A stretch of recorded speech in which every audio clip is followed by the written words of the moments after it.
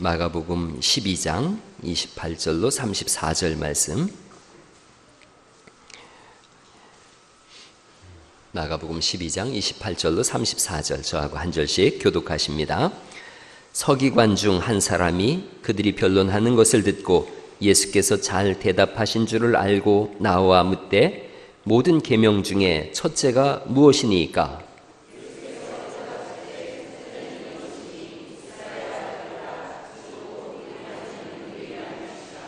네 마음을 다하고 목숨을 다하고 뜻을 다하고 힘을 다하여 주 너의 하나님을 사랑하라 하신 것이요.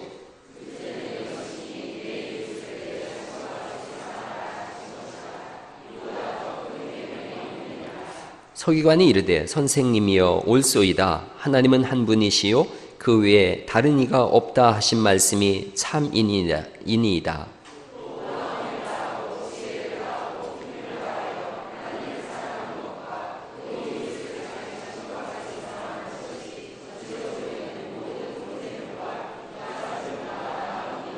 같이 읽어요. 예수께서 그가 지혜 있게 대답함을 보시고 이르시되 네가 하나님의 나라에서 멀지 않도다 하시니 그 후에 감히 묻는 자가 없더라. 아멘. 아멘. 우리가 오늘 읽은 이 본문은 서기관 중에 한 사람이 예수님께 질문한 내용이에요. 서기관은 다른 말로 율법학자라 그럽니다. 율법학자. 그 영어로는 teachers of the law 그래요. 율법을 가르치는 선생님인 거예요. 그 율법학자가 그 서기관이 예수님 앞에 나와서 묻는 거예요. 가장 큰 계명이 뭡니까? 그 질문을 하는 거예요. 첫째 계명이 뭡니까? 라는 그 첫째라는 뜻은 가장 큰 계명이 뭔가요? 그걸 물어본 거예요. 그러자 예수님이 대답하시는데 신명기 6장 4절 5절 말씀을 그대로 인용하셔서 말씀하셨어요. 그 신명기 6장 4절 5절 말씀이 다시 한번 보실까요? 마가복음 12장 29절 30절에 있는 말씀입니다. 마가복음 12장 29절 30절 말씀 다시 한번 소리내서 읽어보시죠. 시작.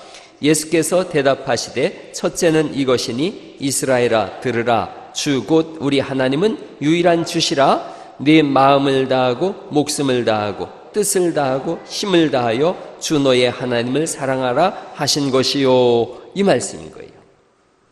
경건한 유대인들은 하루에 2번 이걸 아침 저녁으로 암송하는 말씀이에요. 그리고 이것을 기호로다가 매라 그랬어요. 그래서 팔뚝에도 이렇게 만들어서 말씀 상자를 만들어 놓고 또 이마에도 만들어 놔요. 그걸 테필린이라 그래요. 한번 해보시겠어요? 테필린. 예, 테필린이라 그래요. 요거는 그 메주자라 그러고요. 저 메주자는 집집마다 대문에다 걸어 놓는 거예요. 접시마다 대문에다 걸어 놓고 또 다른 거 있어요? 다른 그림 한번 봐봐요. 메주자. 예, 저거예요. 이마에다가 이렇게 상자를 만들어서 여기다 신명기 6장 4절 5절 말씀을 적은 거예요. 히브리어로. 그리고 팔뚝에도. 그래서 내 이마와 내 손에 기호를 삼으라 그러고 내 문지방에도 들어갔다 나갔다 할 때마다 볼 수 있도록 이걸 봐라 그래요. 그러니까 하루에 2번씩 하나님을 사랑하라 하나님을 사랑하라 이 말씀을 읽는 거예요. 그게 이제 쉐마 교육이라 그래요. 쉐마 이스라엘 그래요. 그래서 이 사람들이 여기에 다시 한번 그 그림 보시겠어요? 예, 그 다음 그 전 그림, 예, 저기에 보면 이렇게 꼭 삼지창처럼 이렇게 생겼죠. 이게 쉰이라고 하는 그 히브리어의 첫 글자예요. 쉐마를 쓸 때 그러는데 그 이스라엘의 대제사장은 이렇게 한번 해보시겠어요? 저는 이게 안 되거든요. 요렇게 2개, 이렇게 그렇죠. 이렇게 저는 왜 이게 안 되는지 모르겠어요. 이거 2개 붙이고 이쪽 2개를 붙여서 이 새해 첫날 왜 나는 이게 안 되나 몰라. 그래서 저는 대제사장이 되기가 어렵습니다. 이걸 이렇게 해서 복을 선포하는 거예요. 이게 샬롬의 시작이거든요. 그렇게 한번 해보세요. 다 되나? 안 되는 분 있으면 손 한번 들어줘 보셔요. 고맙습니다. 아유, 위로가 좀 돼요. 이걸 써붙여 놓는 거예요. 그래서 하나님을 날마다 사랑합니다 그러는 거예요. 가장 큰 계명 뭔가요? 하나를 요구했는데 예수님이 2개를 말씀해 주세요. 하나를 더 말씀하세요. 하나님을 사랑하고 그 다음 또 누굴 사랑하라고 말씀하세요? 내 이웃을 내 몸처럼 사랑해라. 2가지 말씀하세요. 그러니까 가장 큰 계명이 뭐냐? 예수님 말씀이에요. 하나님 사랑, 또 하나는 사람 사랑이에요. 한번 해보세요. 하나님 사랑, 사람 사랑. 예. 이 말을 들었더니 서기관이 지혜롭게 대답합니다. 이 둘은 그 어떤 제사보다 낫습니다. 그 대답을 하는 거예요. 33절 말씀을 제가 읽어볼게요. 또 마음을 다하고 지혜를 다하고 힘을 다하여 하나님을 사랑하는 것과 또 이웃을 자기 자신과 같이 사랑하는 것이 전체로 드리는 모든 번제물과 기타 제물보다 나으니이다. 이 고백을 해요. 그러니까 어떤 제사보다도, 성전에서 드리는 어떤 제물, 어떤 제사보다도 하나님 사랑, 사람 사랑, 그게 가장 우선입니다 라고 고백하는 거예요. 여러분, 그런데 이 말씀이 선포되는 현장 속에는 누가 있었느냐 하면 대제사장과 바리새인과 사두개인과 서기관들이 모여서 어떻게 하면 예수를 죽일까, 이걸 논의하고 있는 자리예요. 거기서 서기관이, 성전에서 말씀을 가르치는 이 사람이 겁도 없이 이 발언을 하는 거예요. 그 어떤 것보다도 제사를 중시하는 이 시대 속에서 하나님 사랑, 사람 사랑, 이것보다 뛰어난 것이 없음을 고백하고 있어요.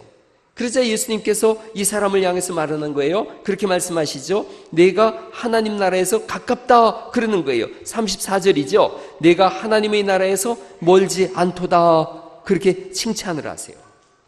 많은 사람들이 보고 있지만, 위협을 느낄 수 있지만, 여기서 박탈당하고 쫓겨날 수 있지만, 이 사람은 하나님을 먼저 바라보고 있어요. 그리고 하나님 사랑, 사람 사랑이 우선입니다. 이 서기관은 성경을 가르치는 사람인데 성경이 뭘 말씀하고 있는지를 정확하게 알고 있는 거예요. 이 사람들은 매일 저처럼 하나님을 예배한다고 하지만 하나님을 사랑하지 않는 거예요. 이스라엘 사람들은 매일 구제하거든요. 매일 이웃을 구제한다고 하지만 사람을 사랑하지 않더라는 거예요. 마가복음 7장 6절에는 이런 말씀이 있습니다. 한번 읽어보시겠어요? 시작. 입술로는 나를 존경하되 마음은 내게서 멀도다. 주님이 말씀하는 거예요. 그러면서 고르반 사건을 말씀하는 거예요. 너희가 입술은 나를 믿는다 하고 예배드린다 하고 제물을 드린다고 하지만 그러나 마음은 내게서 멀다. 매일처럼 이웃을 구제한다고 그렇게 구제하고 있지만 그들을 사랑하는 마음은 없다.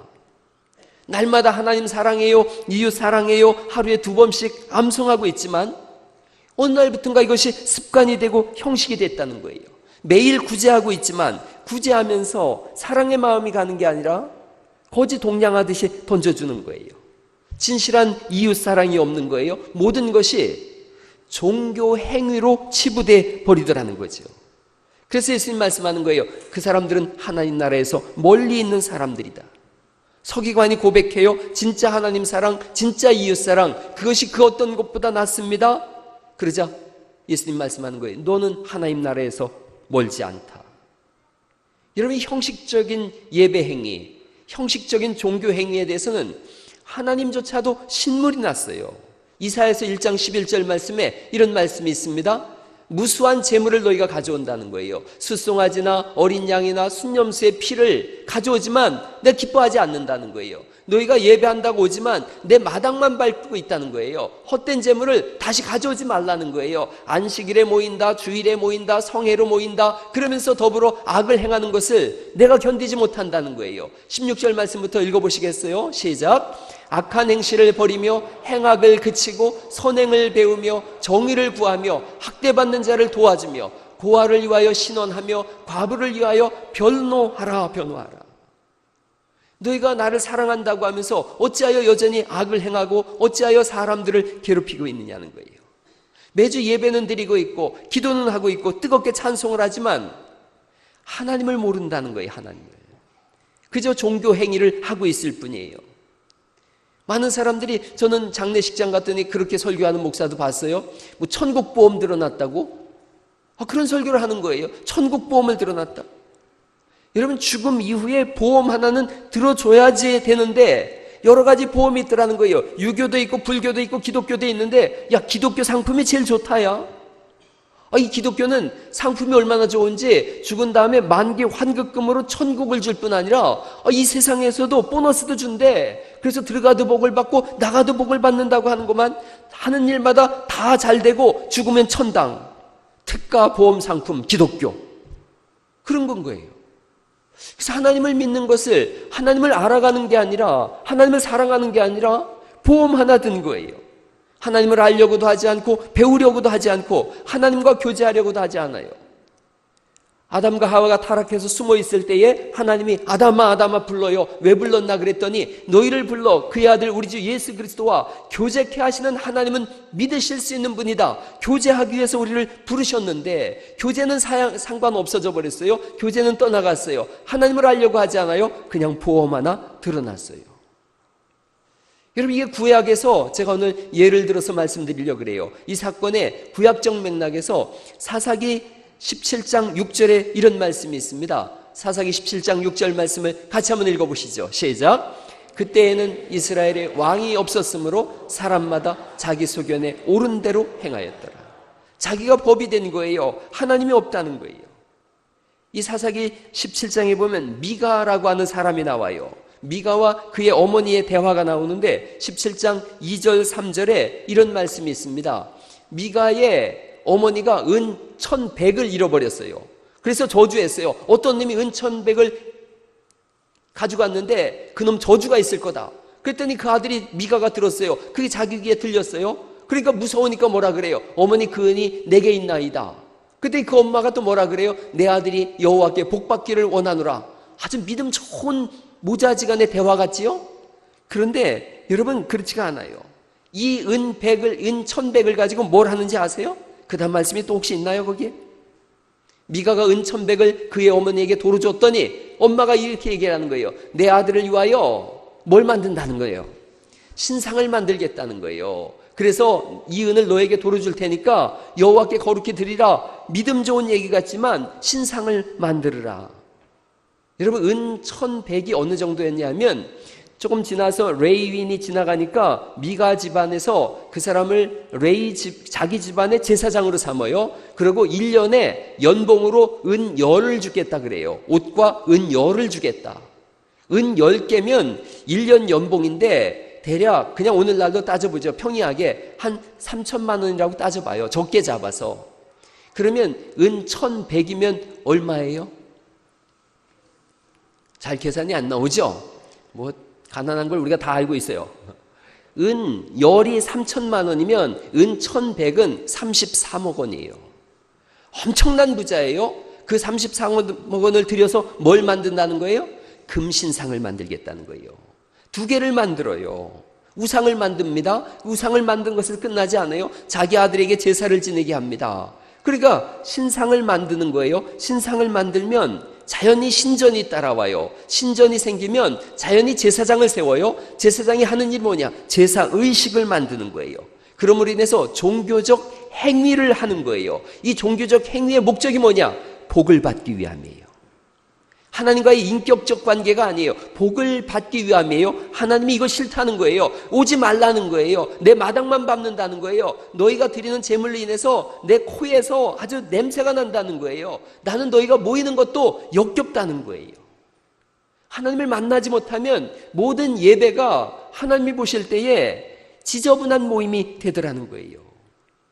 여러분, 점입 가정이에요. 이 가정이 보면 자기 아들을 제사장 삼았는데 레위 지파의 한 사람이 유리하고 있어요. 방황하고 있어요. 그랬더니 이 사람을 데리다가 너 여기 와서 제사장 해라. 월급 줄게. 먹을 것 주고 입을 것 주고 마실 것 줄게. 책임져 줄 테니 이 가정을 위해서 복만 빌어라 그러는 거예요. 최초의 가정 고용 목사예요.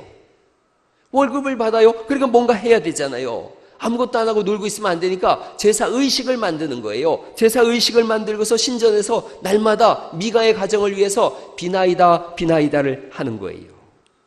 이게 하나님이 없는 사사시대예요. 하나님을 사랑하지 않고 하나님과 인격적 관계가 없는 사사시대의 문제, 오늘날 우리나라 우리 시대의 문제일 수 있어요.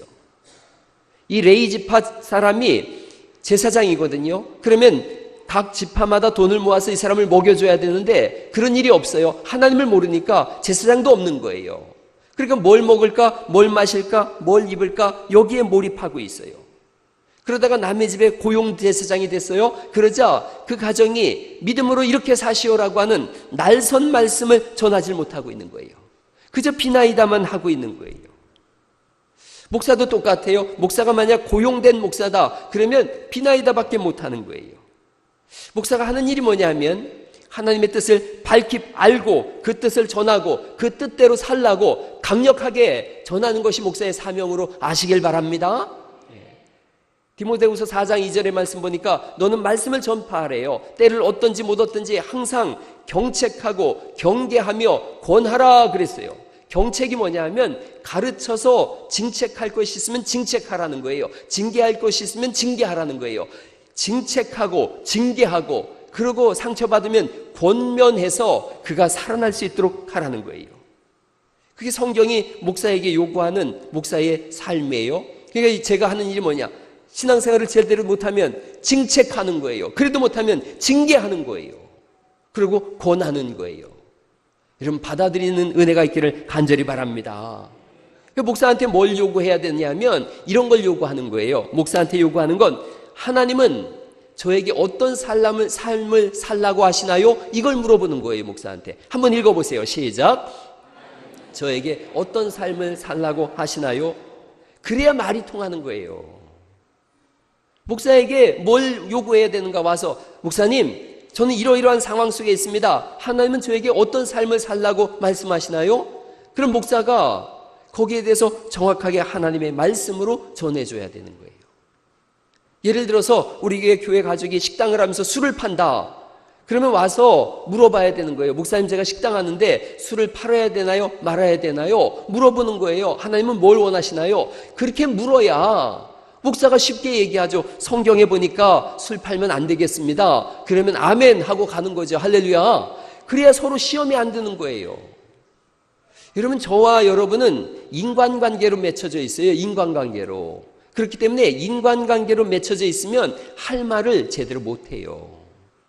왜냐하면 그 말 했다간 상처 입을 것 같고 마음 아플 것 같으니까 할 말을 제대로 못하는데, 여러분이 먼저 손을 내미세요. 손을 내밀어서 목사님, 저와 인간적인 관계는 알지만 하나님은 저에게 어떤 삶을 살라고 하시나요? 다시 한번 그 말씀 읽어보죠. 하나님은 저에게, 거기 한번 다시 한번 열어봐요. 시작. 이걸 물어보시고 거기에 대해서 목사는 정직하게 하나님의 뜻을 전하는 그런 교회를 함께 만들어 가실 수 있기를 간절히 바랍니다. 가정에 고용된 레위인, 잘 먹고 살만한 거예요. 해마다 옷과 은 10개씩을 받는걸요. 그러면서 누구의 눈치를 보는가? 미가의 눈치를 보는 거예요. 그러다가 단지파라는 지파가 지나가요. 또 거래가 이루어지는 거예요. 단지파의 사람들이 이 레위 사람한테 그렇게 얘기하는 거예요. 야, 한 가정의 제사장 하는 게 낫냐? 한 지파의 제사장 하는 게 낫냐?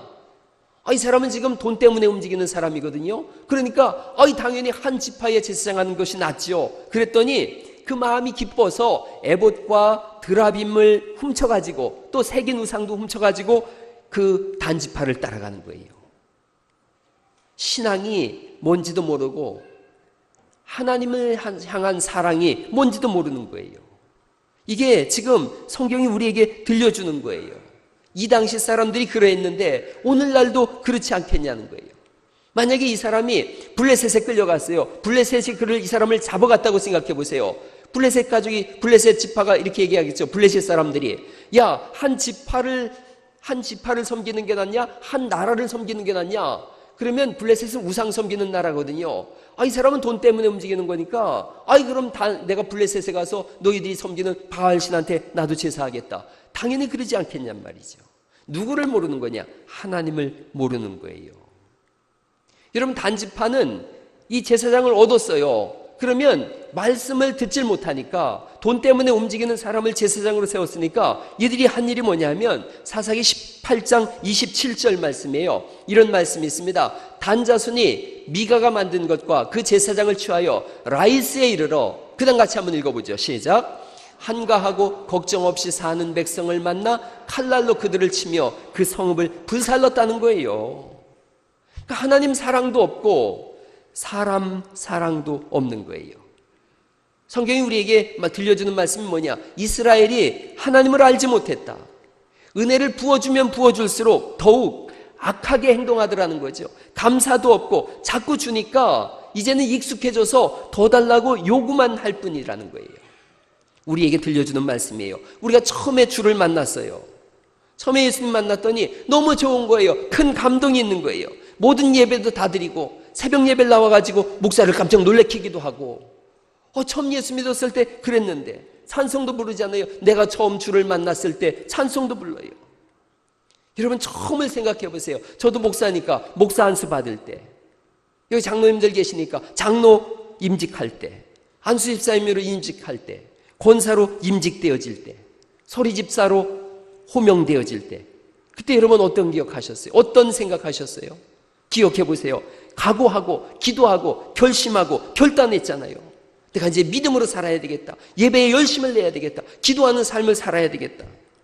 시간이 지나면 더 뜨거워져야 되는데, 더 열심히 해야 되는데, 한없는 은혜를 자꾸 받았어요. 익숙해져 버렸어요. 습관이 되어 버렸어요. 그러자 하나님을 생각하지 않은 거예요. 믿음이 식어져 버렸어요. 무기력해져 버렸어요. 교회 가는 것이 재미가 없어져 버렸어요. 하나님을 배우지 못했고 하나님과 동행하는 삶이 사라져 버린 거예요.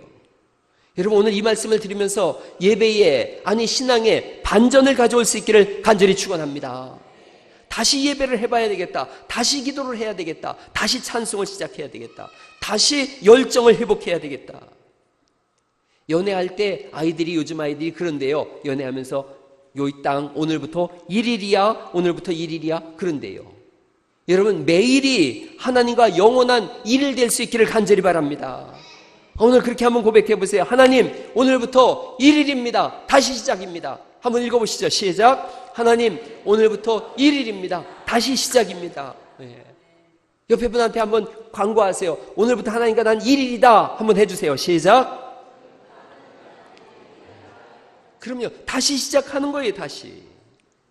이방인의 지배를 받으면서 우상 섬기는 걸 봤어요. 하나님은 지루한 거예요. 근데 우상은 화끈하고 매력적이거든요. 이런 가정의 부부 생활하고 비슷해요. 오랫동안 살았더니, 저도 한 25년 살았더니 이게 네 살이냐 내 살이냐 이 구분이 잘 안 가고, 뭐 이렇게 보면서 막 가슴이 콩닥콩닥 뛰고 그러나요? 결혼 생활 이렇게, 여기 우리 정은환 집사님 아들하고 사이가 왔는데, 아들하고 딸이 왔지. 아들하고 사이 이상하네. 아들하고 딸이 왔네. 이제 결혼한 지 좀 됐죠. 지금도 가슴이 콩닥콩닥. 그렇지. 지금은 그래야 되는 거예요. 그렇지. 아주 지혜롭게 대답을 잘했어요. 거기서 아니라 그러면 바로 곤란한 일이 일어나죠. 이게 한 10년 동안 가슴이 콩닥콩닥 한다고 병원에 가봐야 돼요. 그러면 이게 이 심장이 고장이 난 거예요. 무덤덤해진단 말이에요. 하나님과의 관계도 오랫동안 지냈더니 무덤덤해져 버렸어요. 하나님이 재미없네? 그런데 우상은 화끈하거든요. 우상은 지루할 틈이 없어요. 우상은 막 불 가운데로 지나가야 되는데요. 우상은 보통 재미있는 게 아니에요. 가만히 보니까. 교회도 가만히 생각해 보세요. 교회는 은혜를 못 받으면 세상에 교회처럼 지루한 곳이 없어요. 그래서 누가 조는가? 은혜 못 받으면 조는 거예요. 옆 사람 얼굴 좀 한번 봐봐요. 은혜 받은 얼굴인가 조는 얼굴인가? 은혜 못 받으면 졸아요. 근데 은혜를 받으면 눈이 막 반짝반짝 빛이 납니다. 하나님의 말씀이 뿔송이보다 더 달게 가는 줄 믿으시기 바랍니다. 아멘이 나오는 거예요. 오늘 왜 이렇게 설교가 짧냐? 예배가 짧냐? 이러는 거예요. 하루 종일 하나님 말씀만 들려주면 좋은데, 할렐루야? 또 진짜 그런 줄 알아요, 제가. 은혜가 안 되면 만사가 불평이고, 만사가 심통이고, 만사가 불만인 거예요. 제가 저번 주에 빨간 넥타이를 메고서 한번 탁 나타났잖아요. 은혜 받은 사람들은 우와, 그 미국의 대통령 닮았다 그러고, 근데 은혜 못 받은 사람들은 뭐 이렇게 촌스러운 걸 메고 왔냐 그러고 그래요. 은혜 받은 사람들은 빨간 넥타이가 요즘 트렌드래요 그랬는데, 못 받으면 촌스럽다고 그러는 거예요. 은혜의 문제예요. 이러면 저의 특색을 가만히 공부하고 연구해 보니까 저의 가장 큰 특징이 뭐냐? 촐랑거림이에요. 촐랑거림. 그래서 저는 촐랑거리는 게 내 특색이니까 촐랑거리예요. 은혜 받으면 우리 목사님은 인간적이요 그래요. 은혜 못 받으면 우리 목사는 너무 가벼워. 또 가볍기도 해요 사람이. 그런단 말이에요. 은혜의 문제인 거예요. 은혜 문제. 여러분 저는 참 여러분이 존경스러운 게, 이렇게 촐랑거리는 목사를 존경한다고 하는 여러분이 저는 얼마나 존경스러운지 몰라요. 제가 존경하는 분들이 옆에 앉아 있으니까 옆 분한테 하면 인사, 저는 당신을 존경합니다 한번 해주세요. 저 대신 시작. 그럼요. 은혜의 문제더라고요. 목사가 마르면 우리 목사님 기도하느라고 말랐다 그러고, 살이 찌면 은혜 살이 쪘다 그러고 그래요. 은혜가 떨어지면 뭐라 그래요? 마르면 볼품 없다 그러고, 찌면은 놀고 먹기만 해서 살 쪘다 그러고 그래요. 은혜에 있고 없고예요. 이게 예배를 천국이냐 지옥이냐로 바꿔놓습니다. 은혜 받으면 새벽에도 불을 켜고 나오는 줄 믿으시기 바랍니다. 옆사람하고 그럼 한 번 더 얘기하세요. 은혜 받읍시다. 은혜의 문제예요. 여러분, 우상 섬기는 건 달라요. 우상은 지루할 틈이 없어요. 스릴이 있고 서스펜스가 있고 흥미진진합니다. 무당이 작두 타는 거 보셨어요? 작두 타는 거 얼쑤 하면서 뭐 막 흔들고 난리를 치고 그러다가 으싸 하면서 작두 위에 탁 올라가잖아요. 온 동네 사람들이 다 은혜 받아. 막 그래가지고 막 쓰러지는 거예요. 귀신 충만해가지고 은혜 받았다 그래요, 사람들이. 어떤 사람, 목사님도 저런 거 할 수 있어요? 막 그러더라고요. 아이, 귀신은 그렇게 하는 거예요. 이방 종교, 자극적이고 형식적이고 얼마나 복잡한지 몰라요. 옛날에 제사 지낸 집 있죠. 우리 집도 옛날에 예수 믿기 전에 제사 지냈어요. 아주 까다로워요. 조율이시, 홍동백서, 두동미서 뭐 이러면서 그걸 법을 따라서 제사를 지내야 돼요. 묘자리 하나 쓰는 것도 뭐 자청용, 우백혼이 막 이러면서 묘자리를 써요. 이거 잘못하면 부정 탔다 그러고. 하나님이 없으면 교회도 점점 제도화되어지고 까다로워져요. 형식을 만들어요. 교회가 그래요. 과거에 러시아에 은혜가 떨어졌어요. 하나님이 사라졌어요. 하나님을 배우지 못했어요. 그랬더니 뭘 가지고 싸웠는지 아세요? 축도할 때 손을 이렇게 할 것이냐, 이렇게 할 것이냐, 이렇게 할 것이냐, 각도를 몇 도로 할 것이냐, 이걸 가지고 싸운 거예요. 45도가 맞다, 50도가 맞다, 뭐 이러면서 싸웠어요. 아, 이게 뭐 이렇게 하면 어떻고, 이러면 어떻고, 이러면 어떻고, 뭐 이러면 어때요? 이게 뭐 어때? 그냥 저는 그렇게 해요. 가끔 반지 끼고 나오면 지금은 우리 주 예수 그리스도네. 이러면 되는 거죠. 뭐 이걸 가지고 왜 싸우냔 말이에요. 은혜가 없는 거예요. 은혜가 없으면, 하나님을 제대로 알지 못하면 제도화되어져요. 제도화되어져요. 우리 교회가 왜 좋은 교회인지 아세요? 찬양대 여기 앉았다가 내려가자 그랬을 때 은혜가 없는 교회는 싸웁니다. 아니, 우리를 왜 밑으로 내려가라 그러냐 그러고, 송가대는 위에 있어야 된다 그러고 싸울 텐데 아무 소리도 안 하잖아요. 이거 제가 송가대한테 고마워서 하는 얘기니까 박수 한번 좀 쳐줘봐요. 하나님이 없으면 자기 마음대로 해요. 자기가 자기 소견에 옳은 대로 하는 거예요. 하나님은 안중에도 없어요. 자기가 옳고 자기가 법이고 자기가 정의예요. 그리고 어느 날인가 하나님 말고 다른 신 없나? 이거 찾는 거예요. 오래전에 제가 그런 말씀 드렸죠. 절벽에서 한 사람이 떨어지다가 나무를 엉뚱길에 콱 잡았어요. 캄캄한 밤중에. 그러고선 소리치는 거예요. 도와주세요, 도와주세요. 그러다가 아무도 없으니까 하나님 저를 도와주세요. 하나님께서 도와주시는 분이죠. 사랑하는 아들아, 네가 잡은 손을 놔라. 그럼 내가 받을게. 이 사람이 한참 생각하다 거기 하나님 말고 다른 분 없어요? 하나님 말고. 여러분, 오늘날 우리가 하나님 지루해요. 하나님 재미없어요. 하나님 뭐 있는지 없는지 잘 모르겠어요. 하나님과의 교제가 없으니까 하나님 말고 다른 신 없나요? 다른 신 없나요? 하나님을 배우지 못하고 알지 못해요. 하나님은 자꾸 나를 만나자 그러시고 사랑한다고 하고 그러자 그러는데 하나님을 배우지 못하는 거예요.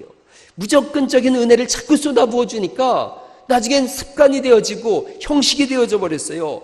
여러분, 사랑하는 사람과 사랑받는 사람 누가 더 아쉬워요? 그걸 잘 모르세요? 자녀가 아쉬워요? 부모가 아쉬워요? 부모가 100번 아쉬워요. 사랑하는 사람이 늘 아쉬운 거예요. 집안에 있는 그분들은 아쉬울 게 하나도 없어요. 돈 달라고 그러고, 돈 빈손이라고 조금 줬다 그러고, 옆집 아이한테 10,000원을 줘보세요. 허리가 막 굽어지면서 웬 떡이냐 고맙습니다 그래요. 집에 있는 그분들한테 10,000원 줘보세요. 이거밖에 없어? 참말로 아쉬운 건 사랑하는 사람이 아쉬워요. 그래서 하나님은 늘 우리한테 아쉬운 줄 믿으시기 바랍니다. 이스라엘한테 늘 아쉬운 거예요. 그런데 이스라엘은 큰 소리 뻥뻥 치는 거예요. 하나님을 우습게 보는 거예요. 여러분, 하나님을 왜 우습게 보는지 아세요? 이스라엘에서 종살이 했어요. 그런데 가만히 보니까 바로는 누구하고 관계를 맺느냐? 그 태양신은 바로하고 관계를 맺더라고요. 이집트의 왕하고 관계를 맺더라고요. 저게 지금 이집트에서 섬기는 우상들이에요. 바알과 아세라 신이에요. 가슴이 이렇게 파는 것은 풍요를 상징하는 거예요. 저렇게 조그마한 것들은 드라빔이라 그래요. 이걸 가지고 다니는 거예요. 이게 하나님이라는 거예요. 그런데 가만히 보니까 저 태양신은 바로하고 관계를 맺거든요. 우두머리하고 관계를 맺거든요. 아, 신은 우두머리하고 관계를 맺는 거구나. 백성과 관계를 맺으면 신의 값어치가 떨어진다고 생각을 했어요. 그런데 여호와 하나님이 나타나셔서 종살이하고 있는 노예들인 자기들에게 손을 내미는 거예요. 나와 관계를 맺자. 전혀 하나님은 다른 신이에요. 노예와 말을 하겠다는 거예요. 그 하나님을 배우라는 거예요. 그 사랑을 배우라는 거예요. 그런데 어떻게 생각했냐? 거꾸로 생각한 거예요. 야, 여호와 신은 얼마나 힘이 없으면 우리 노예한테 얘기하자고 하냐? 바로 왕하고는 상대를 못하고 우리하고 하자고 하냐? 거꾸로 간 거예요. 거꾸로 간 거예요. 하나님의 그 무한한 사랑을 배우지 못하고 하나님을 값없는 신으로, 능력 없는 신으로, 신이 오죽 못났으면 노예와 대화하냐? 예수님이 이 땅에 오셨을 때도 신이신데, 하나님이신데 오죽 못났으면 창녀와 대화하고 세리와 대화하고 병든 자, 버림받은 사람들하고만 상대를 하냐? 사랑의 하나님을 배우지 못한 거예요. 점진적으로 한 가정, 한 지파, 한 나라가 그걸 배우지 못했어요. 하나님을 사랑하지 않았어요. 사사기 19장에는 윤리적 상태를 드러내고 있어요. 사람 사랑에 관한 부분이에요. 이웃을 사랑하지 않음을 보여주는 장면이에요. 에브라임에 거주하는 사람이 첩을 얻었어요. 레이 사람인데 목사가 첩 얻은 거예요. 그런데 이 첩이 행음해서 도망갔어요. 찾으러 갔어요. 찾아가지고 오는 도중에 밤이 됐어요. 그러자 베냐민 지파의 기브아 사람들이 사는 곳에 들어갑니다. 그 밤에 기브아 사람들이 와가지고 이 레이 사람을 상관하리라, 동성애예요. 너를 강간하겠다는 거예요. 그랬더니 레이 사람이 어떻게 하냐면 자기가 위험하니까 자기 첩을 내밀어요. 글쎄, 그냥 아브라함이나 이삭이나 이 레이 사람이나 하는 짓이 똑같죠. 급하면 마누라를 앞에 세우는 거예요. 그 동네 사람들이 이 첩을 행음했어요. 강간해버렸어요. 밤새 강간하고 아침에 보니까 문 앞에 있는데 죽었어요. 자기 첩이. 그러자 어떻게 하냐면 12조각을 냅니다. 12조각을 내서 12지파에 보내버려요. 그랬더니 12지파가 세상에 이런 못된 놈들이 있냐, 기브아 이놈들 다 죽여버리자, 이런 결론을 내립니다.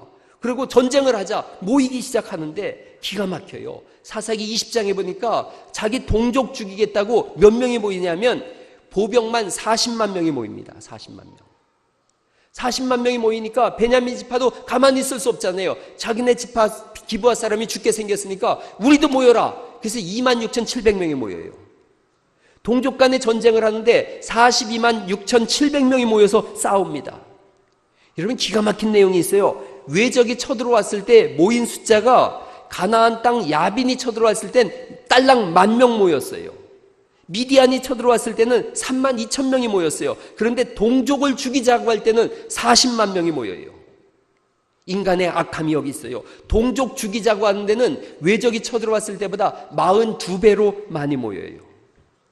적을 치자고 하는 때는 안 모이는데 동족을 죽이자고 하는 데는 모이고 다 일어나는 거예요. 내 이웃을 내 몸처럼 사랑하라, 이 말씀은 어디론가 폐기돼 버렸어요. 아니, 사랑은 두 번째 치더라도 죽이지는 않으면 다행인데 이걸 지금 모여서 심중에 칼 하나씩을 다 품고 다니는 거예요. 현대인들의 가슴 속에는 칼이 하나씩 있어요. 그래서 그 칼을 품고 다니면서 내가 언젠가 저놈 죽이고 말겠다, 그 칼에 자신이 찔려서 죽는 건 생각하지 못하는 거예요. 하나님을 사랑한다, 이웃을 사랑한다 하면서 하나님과도 너무 멀고 이웃과도 너무 멀어요. 자기들끼리 결론을 내립니다. 그리고 하나님께 물어요. 누가 먼저 올라갈까요? 하나님께 그걸 물어보고 있어요. 그게 무슨 얘기냐면 자기 집안에서 삼형제가 살고 있는데 막내가 자꾸 까불어요. 그러니까 위에 둘이서 얘기하는 거예요. 저놈을 패자. 그리고 부모님한테 가가지고 부모님, 저 막내를 패려고 그러는데 제가 먼저 팰까요? 둘째가 먼저 팰까요? 이거 묻는 거하고 똑같은 거예요. 그 하나님께서 뭐라 그러냐면 유다가 먼저 올라가라 그랬어요. 왜 유다가 먼저 올라가라 그랬는지 아세요? 사사기 1장에 가나안 땅 점령할 때 하나님께 물어요. 유다 지파가 하나님 누가 먼저 올라갈까요? 그러니까 하나님은 가나안 땅 점령하는 거니까 유다 너희가 먼저 올라가라 그랬거든요. 그걸 생각하고 또 와서 묻는 거예요. 지들끼리 결론은 다 내려놓고, 자기 동족 죽이는 일에 결론 내려놓고 누가 먼저 가서 팰까요? 이걸 얘기하고 있어요. 그러니까 하나님께서 똑같이 말씀하신 거예요. 그래, 그럼 유다가 먼저 올라가 봐라. 니들이 사사기 1장에서 유다 먼저 올라가는 거 생각하고 나한테 묻지? 그럼 유다 먼저 올라가 봐라. 유다가 올라갔어요. 22,000명이 죽었어요. 그럼 깨달아야 되잖아요. 야, 이거 아니구나. 하나님이 이 전쟁을 싫어하시는구나. 깨달아야 되는데 또 물어요. 하나님, 어찌 이런 일이 있습니까? 그러면서 울면서 또 누가 먼저 올라갈까요? 하나님 또 말씀하셨더니 18,000명이 죽어요. 깨달아야 되잖아요. 못 깨달아요. 하나님 앞에서 통곡을 해요. 어찌하여 하나님이 이런 일이 있습니까? 어찌하여 이런 일이 있습니까? 동족 죽이는 일에 있어서 자기 뜻이 관철되지 않는다고 하나님 어찌하여 이런 일이 있습니까? 고집을 부리는 거예요. 남이야 죽든 말든 내 뜻만 관철되면 된다. 이게 이 사람들 생각이에요. 지금 하나님이 그 싸움을 하고 있는 거예요. 하나님을 진짜로 사랑하냐? 이웃을 진짜로 사랑하냐? 여러분, 어떤 일을 하다가 계속 길이 막히면 생각해 봐야죠. 내게 무슨 문제가 있는 거 아닌가? 그런데 이 사람들은 21장 3절 15절에 하나님 어찌하여 이런 일이, 여호와여 어찌하여 이런 일이, 울기만 하고 회개만 했지 하나님을 배우지 않는 거예요. 회개가 뭐예요? 회개란 하나님을 배우고 배운 대로 사는 것인 줄 믿으시기 바랍니다. 한번 읽어보세요. 회개 시작. 하나님을 배우고 배운 대로 사는 거, 그게 회개예요. 이 사람들은 자기 뜻을 관철하기 위해서 끊임없이 울고 있는 거예요. 청소년 집회의 포스터를 보면 그런 포스터가 있어요. 주일학교, 중고등부, 청소년 수련회 집회를 보면 막 애들이 손을 이렇게 높이 들고 찬송을 알고 통곡을 하고 울고불고 하는 그런 포스터가 있어요. 전 그 포스터 싫어해요. 애들이 엄청난 죄를 졌다고 맨날 손 들고 통곡을 하고 우는 거예요. 그런데 애들이 보내보면 눈물이 안 나오니까 막 슬픈 생각을 하는 거예요. 그리고 눈물 한 방울 나오면 지 눈물에 지가 감격해가지고 막 주여 하고 또 울어요. 밤새 노래 부르고 밤새 기도하고 목이 다 쉬어가지고 왔어요. 목은 변했는데, 목소리는 변했는데 삶은 안 변했어요. 밤새 회개는 했는데 하나님을 배우지 못했어요. 우리 아들 녀석도 갔다 왔죠. 청소년 수련회 갔다 와서 목이 쉬었어. 부흥 강사 목소리가 나더라고요. 할렐루야, 아버지 왔습니다. 그러고 그래요. 그래서 그래, 어떻게 성경을 많이 배웠냐 그러고 있는데 이놈이 열심히 살아요. 열심히 밤새 열심히 살아요. 예수 믿는 사람들이 다 세상 사람들은 열심히 살아요. 뭐에 열심을 내느냐가 문제죠. 새벽 3시까지 막 열심을 내요. 그래서 야, 이놈아, 밤새 기도하고 회개하고 왔다는 놈이 그 열심을 내고 있냐? 그랬더니 아버지가 금식하면서 기도해 봤어요. 이거 참말로. 이게 자기 업적이 돼버렸어요. 하나님을 배우지 못한 거예요. 다른 사람이 죽어가든 말든 내 고집과 내 욕심만 따르는 거예요. 베냐민 지파 망했어요. 그래서 끝내는 하나님이 그 지파를 멸망시키고 600명 남았어요. 여자가 없으니까 여자를 약탈해요. 왜 여자를 약탈하느냐 그랬더니 자기들이 한 맹세를 지키기 위함이래요. 언제부터 그렇게 맹세를 잘 지켰고 언제부터 그렇게 법을 잘 지켰어요? 잘못된 결정이면 번복할 줄 알아야 되는데 체면 때문에 안 해요. 여러분, 입다 생각해 보세요. 입다 전쟁 나갔어요. 돌아오면서 처음으로 나온 사람을 하나님 앞에 번제로 드리겠다 그래요. 그리고 왔더니 누가 나와요? 자기 딸이 나와요. 그러니까 통곡을 해요. 그럼 누가 나오길 원한 거예요? 지 마누라가 나오길 원한 거죠. 이번 기회에 갈아쳐야 되겠다. 그러고서 생각하지 않았겠어요? 근데 똑하니 자기 딸이 나왔어요. 그러면 입다가 원래 무슨 출신이에요? 건달 출신이잖아요. 건달 출신. 그럼 이렇게 얘기해야죠. 하나님, 제가 건달인 거 아시지 않습니까? 제가 언제부터 하나님 말씀을 이렇게 철떡같이 섬기고 맹세한 걸 지킨 사람이 도무지 아니지 않습니까? 이번에도 그냥 나가리 하십시다. 아니, 이 전문 용어가 자꾸 나오는데 없던 걸로 하십시다. 그러면 하나님이 그래, 네가 언제부터 내 말 그렇게 잘 지켰냐, 그래, 없던 걸로 하자, 그래야 되잖아요. 근데 부득불 자기 딸을 갖다 번제로 드려요. 왜 그러냐? 건달로 있을 때는 자기가 한 말에 책임을 안 져도 되는데 이제 지위가 올라갔거든요. 명예가 생겼거든요. 그러니까 자기 체면 때문에 딸을 죽이는 거예요. 체면이 사람을 죽인다니까요. 체면이. 여러분, 잘못된 결정이면 번복하는 지혜가 있기를 간절히 바랍니다. 언젠가 어떤 분이 그랬어요. 저보고 목사님은 결정한 것을 이랬다 저랬다 번복한다 하는 말을 들었어요. 그걸 좀 고상하게 표현하면 안 돼요? 목사님은 합리적이십니다. 이거 얼마나 좋아요. 저는 잘못되었으면 체면 지키려고 안 합니다.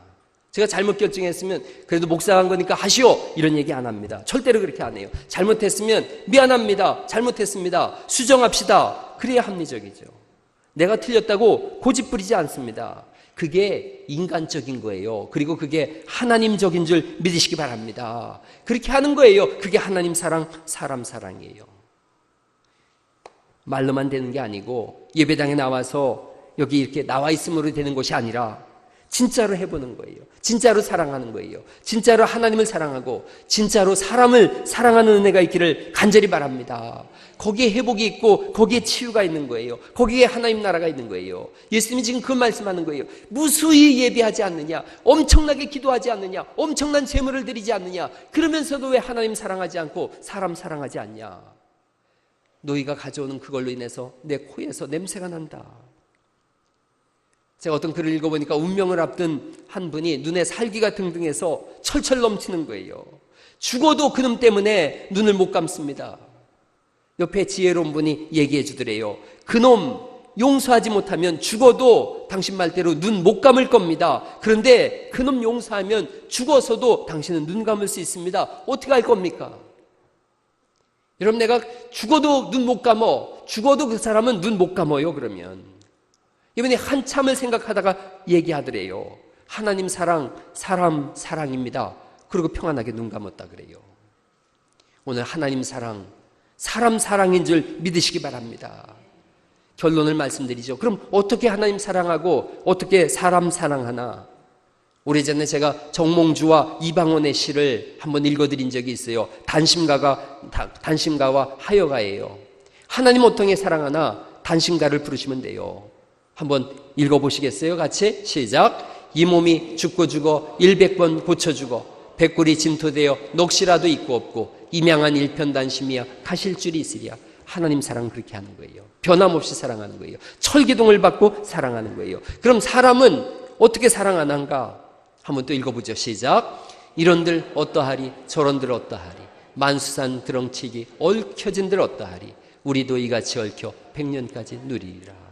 사람 사랑은 그렇게 하는 거예요. 이거 거꾸로 하지 마세요. 거꾸로 하지 마세요. 술 한잔 마시면서 이런들 어떠하리 저런들 어떠하리 이거 안 되는 거예요.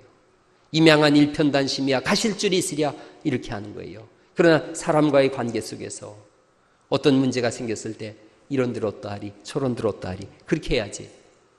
거기다 대고서 이 몸이 죽고 죽어 100번 고쳐 죽어도 나는 이거 못해 이래버리면 그 사람 눈 못 감고 죽습니다. 하나님 사랑, 사람 사랑 몸으로 실천해 내셔서 하나님 보실 때 넌 내 자녀다라는 그런 고백이 일어날 수 있기를 예수님의 이름으로 축원합니다.